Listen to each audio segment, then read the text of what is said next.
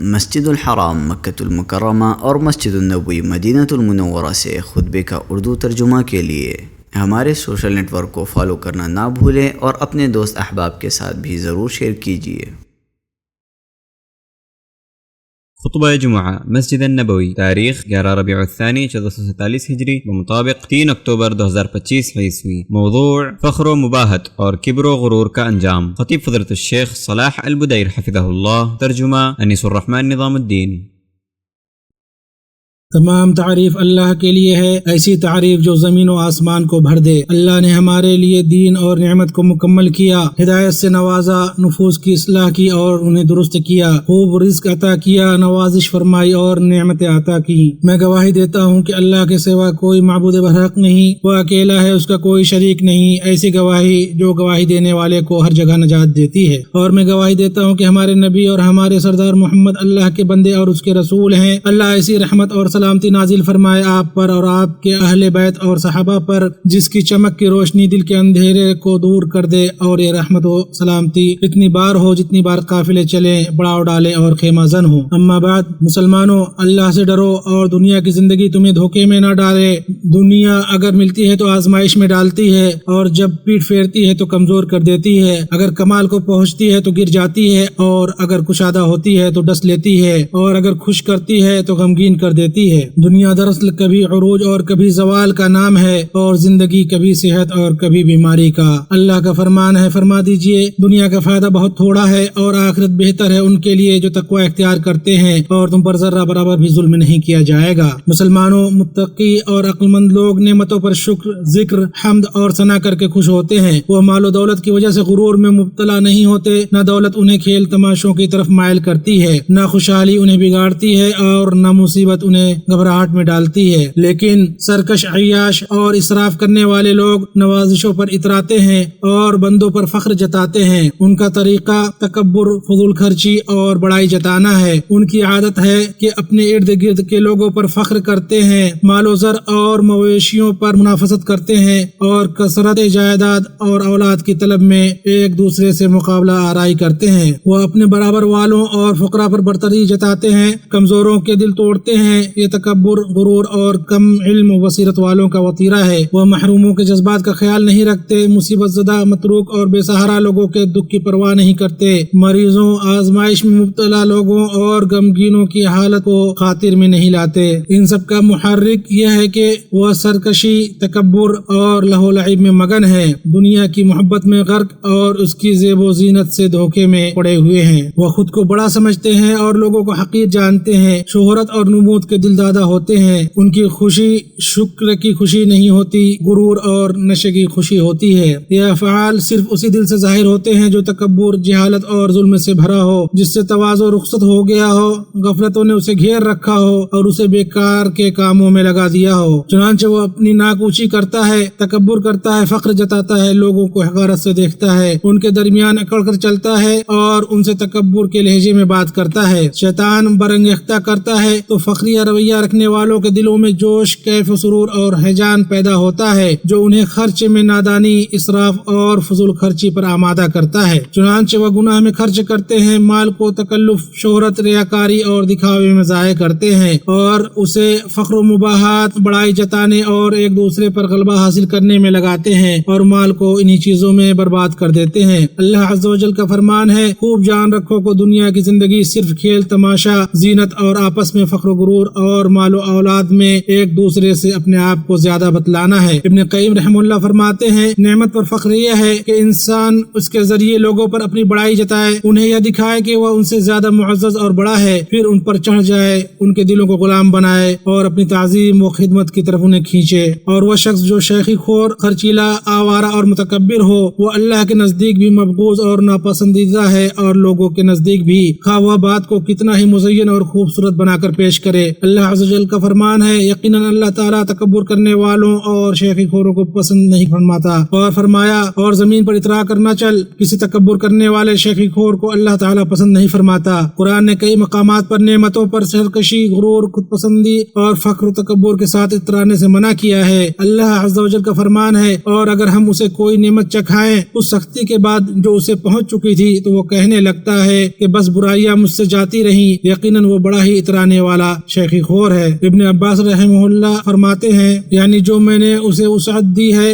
اس سے وہ میرے اولیاء پر فخر جتاتا ہے۔ اور اللہ عز و جل نے فرمایا، اور اللہ نے جو تم کو دیا ہے اس پر اتراؤ مت۔ اور فرمایا، ہم جب کبھی انسان کو اپنی مہربانی کا مزہ چکھاتے ہیں تو وہ اس پر اترا جاتا ہے۔ اور فرمایا، اترا مت، اللہ تعالیٰ اترانے والوں سے محبت نہیں رکھتا۔ اور جو کچھ اللہ تعالیٰ نے تجھے دے رکھا ہے اس میں سے آخرت کے گھر کی تلاش میں رہ، اور اپنے دنیاوی حصے کو بھی نہ بھول، اور جیسے کہ اللہ نے تیرے ساتھ احسان کیا ہے تو بھی اچھا سلوک کر، اور ملک میں فساد کے خواہ نہ ہو۔ یقین مان کہ اللہ مفسدوں کو ناپسند رکھتا ہے۔ فخر و مباحات اور دکھاوا مغرور و متکبر اور خود پسند شخص کو اپنی گرفت میں لے لیتا ہے، چنانچہ وہ سوشل میڈیا کے ذریعے اپنی سجی ہوئی دسترخوانے، بچھے ہوئے قالین، لگی ہوئی مسندیں، اپنی اونچی اونچی عمارتیں، خوشنما باغات، ہرے بھرے گلشن، پھلوں سے لدے ہوئے باغ، قیمتی لباس، بہتی نہریں، شاندار سواریوں اور وسیع مجلسوں کی نمائش کرتا ہے۔ ہر چیز کی تصویر کھینچتا ہے اور ہر شے کو ظاہر اور مشہور کرتا ہے تاکہ لوگ اس کا ذکر کریں، اسے پہچانیں، انگلیوں سے اس کی طرف اشارہ کرے، اس کے ناظرین اور فالوورز زیادہ ہوں۔ حالانکہ یہ سب محض ہلکا پن، تکبر اور حماقت ہے جو آخرت میں ایسے شخص کے لیے نہ کوئی نفع دے گا اور نہ ہی ساتھ دے گا۔ کتنے ہی لوگ دنیا سے رخصت ہو گئے جو عزت، کثرت اور دولت پر فخر کرتے رہے، یہاں تک کہ قبروں میں چلے گئے، نہ تو ان کے وہ سارے کام اور کرتوت انہیں فائدہ دے سکے اور نہ ہی ان کی چھوٹی چھوٹی خواہشات پر ان کا حرص انہیں بچا سکا۔ اللہ تعالیٰ نے فرمایا، زیادہ پانے کی چاہت نے تمہیں غافل کر دیا یہاں تک کہ تم قبرستان پہنچ گئے۔ ہرگز نہیں، تم عنقریب معلوم کر لوگے، ہرگز نہیں، پھر تمہیں جلد علم ہو جائے گا، ہرگز نہیں، اگر تم یقینی طور پر جان لو تو بے شک تم جہنم دیکھ لوگے اور تم اسے یقین کی آنکھ سے دیکھ لوگے، پھر اس دن تم سے ضرور بالضرور نعمتوں کا سوال ہوگا۔ کہاں ہے مکانات و محلات والے، کہاں ہے وہ قیصر و کسریٰ اور زمانوں کے بادشاہ، کہاں ہے آبا و اجداد، کہاں ہے بیمار اور ان کی عیادت کرنے والے، کہاں گئے نزار و عیاد کے لوگ، کہاں گئے سمود جنہوں نے وادی میں چٹانیں تراشی، کہاں گئے عاد ارم کے لوگ ستونوں والے جن کی مانند کوئی قوم زمین میں پیدا نہ ہوئی۔ لہٰذا اے فخر کرنے والے اور تکبر کرنے والے، اللہ سے ڈر اور خود ہی تکبر و مباحات کی سواری سے اتر جا، اس سے پہلے کہ جبرن تجھے اس سے اتارا جائے۔ یقیناً تو ایک کمزور، مغلوب، مقہور، اوپر سے نیچے گھرا ہوا بندہ ہے، تجھ کو زیب نہیں دیتا کہ تو تکبر، جبر اور سرکشی کرے۔ اور کیا ہی برا بندہ ہے وہ جس نے فخر کیا اور اترایا اور بڑے بلند و بالا رب کو بھول گیا۔ کیا ہی برا بندہ ہے وہ جس نے تکبر اور سرکشی کی اور جبار اعلیٰ کو بھول گیا۔ کیا ہی برا بندہ ہے وہ جو غفلت اور کھیل میں ڈوبا رہا اور قبروں اور بوسیدگی کو بھلا بیٹھا۔ کیا ہی برا بندہ ہے وہ جس نے ہٹ دھرمی اور سرکشی کی اور آغاز و انجام کو بھلا دیا۔ ابو ہریرہ رضی اللہ عنہ کی روایت ہے، رسول اللہ صلی اللہ علیہ وسلم نے فرمایا، ایک آدمی اپنے خوبصورت لباس میں اتراتے ہوئے چل رہا تھا، اپنے بال سوارے ہوئے تھا، اپنی چال میں تکبر کر رہا تھا تو اللہ نے اسے زمین میں دھسا دیا، وہ قیامت تک زمین میں دھس جاتا رہے گا۔ اللہ مجھے اور آپ سب کو متکبروں اور مغروروں کے راستوں سے بچائے اور ہمیں شکر گزاروں اور متواضع بندوں کا جامہ پہنائے۔ میں یہ کہتا ہوں جو آپ سنتے ہیں اور اللہ سے اپنے لیے اور آپ سب کے لیے استغفار کرتا ہوں، تو آپ بھی اس سے استغفار کریں، اور استغفار کرنے والوں کی کیا ہی کامیابی ہے۔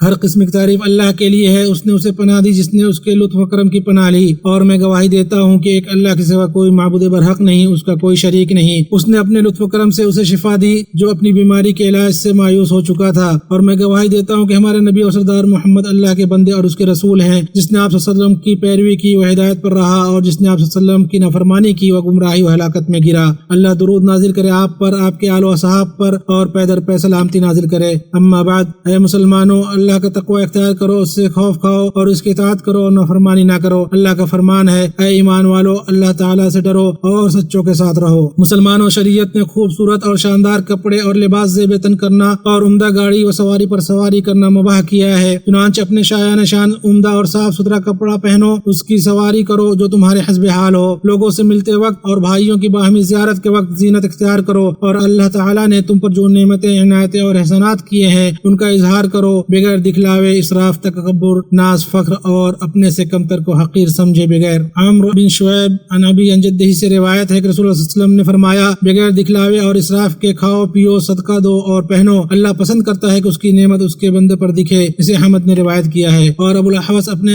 والد سے روایت کرتے ہیں، انہوں نے کہا، میں نبی صلی اللہ علیہ وسلم کے پاس پھٹے پرانے کپڑے میں بیٹھا ہوا تھا، آپ صلی اللہ علیہ وسلم نے فرمایا، تمہارے پاس مال ہے؟ میں نے کہا، ہاں اے اللہ کے رسول، ہر طرح کا مال ہے۔ آپ صلی اللہ علیہ وسلم نے فرمایا، جب تجھے اللہ مال عطا کرے تو اس کا اثر تم پر دکھنا چاہیے۔ اسے احمد اور ترمذی اور نسائی نے روایت کیا ہے، اور ایک روایت اس طرح ہے کہ اس کی نعمت و عنایت تم پر دکھنی چاہیے۔ اور ابو ہریرہ رضی اللہ عنہ سے روایت ہے کہ ایک آدمی اللہ کے نبی صلی اللہ علیہ وسلم کے پاس آیا، وہ خوبصورت تھا، اس نے کہا، مجھے خوبصورتی پسند ہے اور مجھے جو دیا گیا ہے وہ آپ دیکھ رہے ہیں، یہاں تک کہ میں نہیں چاہتا کہ کوئی مجھ پر جوتی کے تسمے سے یا سرخ فیتے میں بھی فائق ہو، کیا یہ تکبر ہے؟ آپ صلی اللہ علیہ وسلم نے فرمایا، نہیں، کبر یہ ہے کہ آدمی حق کو تسلیم نہ کرے اور لوگوں کو حقیق جانے۔ اسے بخاری نے ادب مفرد میں روایت کیا ہے۔ اور ابو قلابہ نے فرمایا، دنیا تمہیں نقصان نہیں پہنچائے گی جب تم نے نعمت کا شکر ادا کر دیا۔ مسلمانوں، اللہ کا تقوی اختیار کرو، حمد کرنے والوں اور شکر کرنے والوں کی راہ چلو، اور فخر و مباحات کرنے والوں کی ہلاکت کے راستوں سے بچو، اور درود و سلام بھیجو رہبر و رہنما احمد پر جو مخلوقات کے لیے شفاعت کرنے والے ہیں۔ جس نے آپ صلی اللہ علیہ وسلم پر ایک مرتبہ درود بھیجا، اللہ اس پر 10 مرتبہ رحمت نازل کرے گا۔ اے اللہ، درود و سلام نازل فرما ہمارے نبی اور سردار محمد پر۔ اے اللہ، عظیم شرف اور بلند مرتبہ والے خلفائے راشدین اور ہدایت یافتہ سربراہان ابو بکر، عمر، عثمان اور علی سے راضی ہو جا، اور بقیہ تمام آل و صحاب سے، اور انہی کے ساتھ ہم سے بھی۔